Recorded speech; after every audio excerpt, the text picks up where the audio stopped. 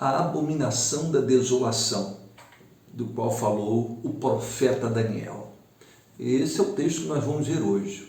O que isso indicava, né? Em que momento isso aconteceu? Se é possível precisar isso? Então vem comigo, vamos dar uma olhada nesse texto aqui bem de perto.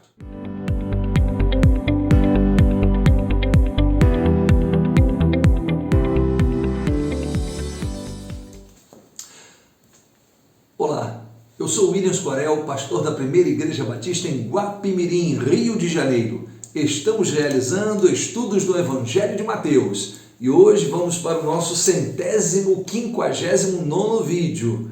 E o texto de hoje é Mateus 24, de 15 a 22, que passo a ler da seguinte forma.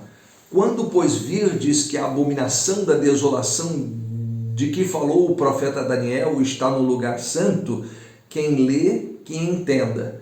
Então os que estiverem na Judéia, que fujam para os montes, e quem estiver sobre o telhado, não desça a tirar alguma coisa da sua casa, e quem estiver no campo, não volte atrás a buscar as suas vestes.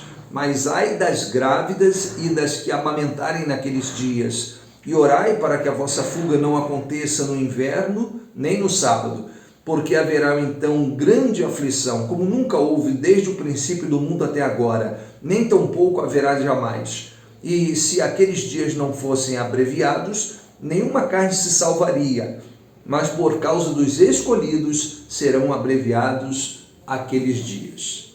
O Senhor Deus nos abençoe. Vamos examinar esse texto aqui, dividir em duas partes para examiná-los melhor. Primeiro do 15 ao 20 e depois 21 e 22, tá bem?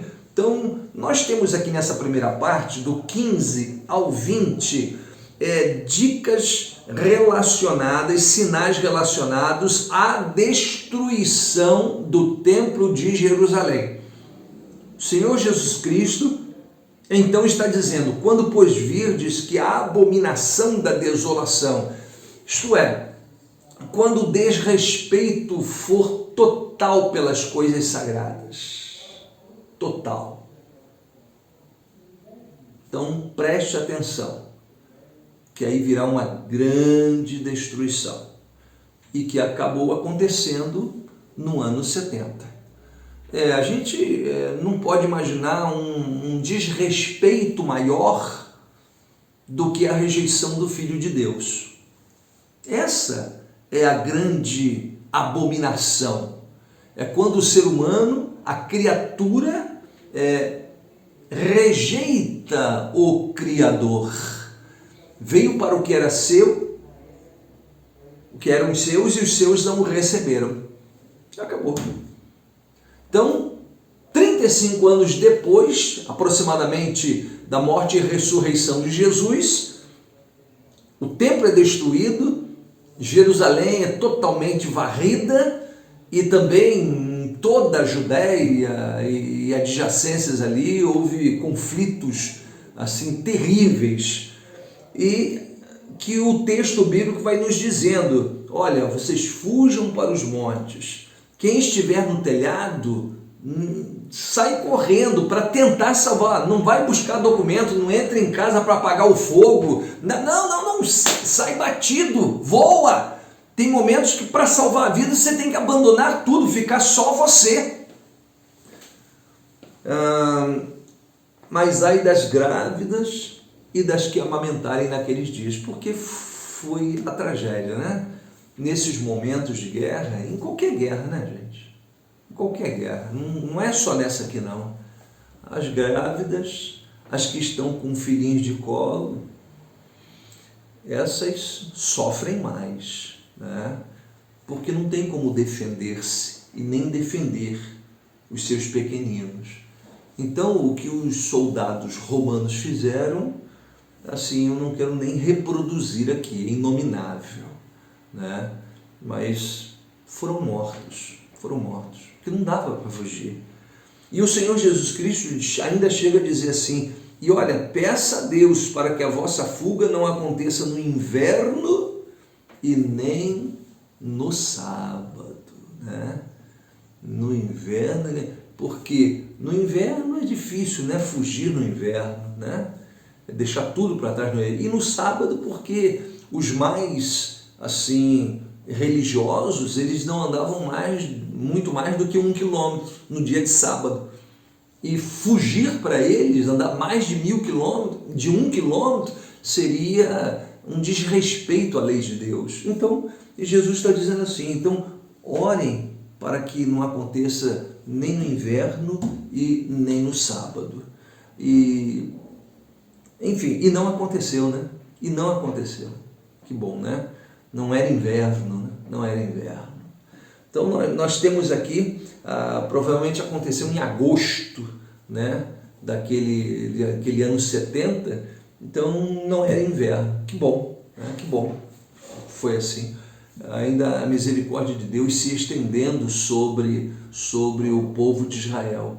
Mas a mortandade foi terrível mesmo. Agora, os versículos 21 e 22, eu não acredito que eles se refiram à destruição de Jerusalém.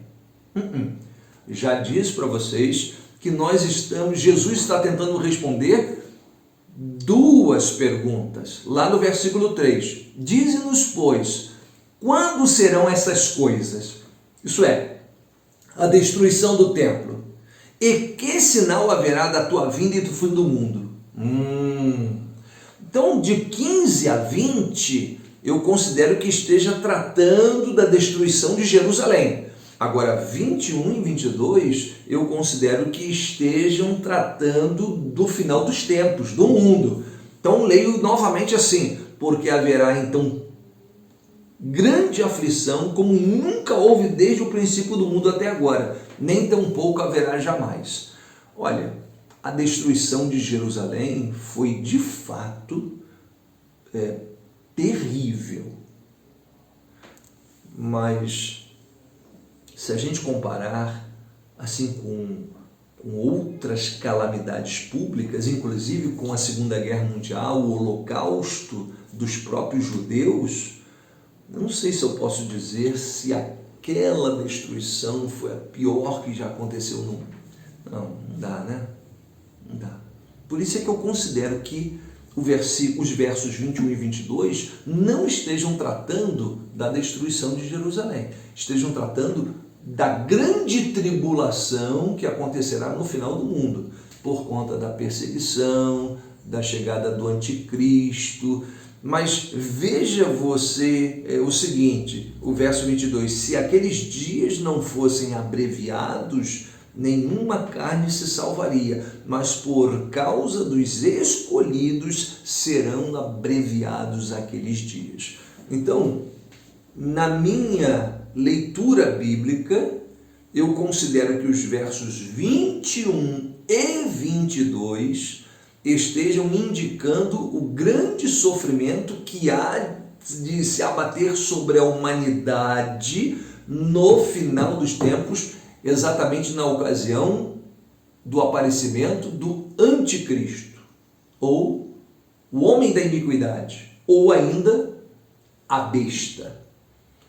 Esse momento em que o mundo vai estar totalmente controlado, vigiado, é que vai haver uma grande e última perseguição.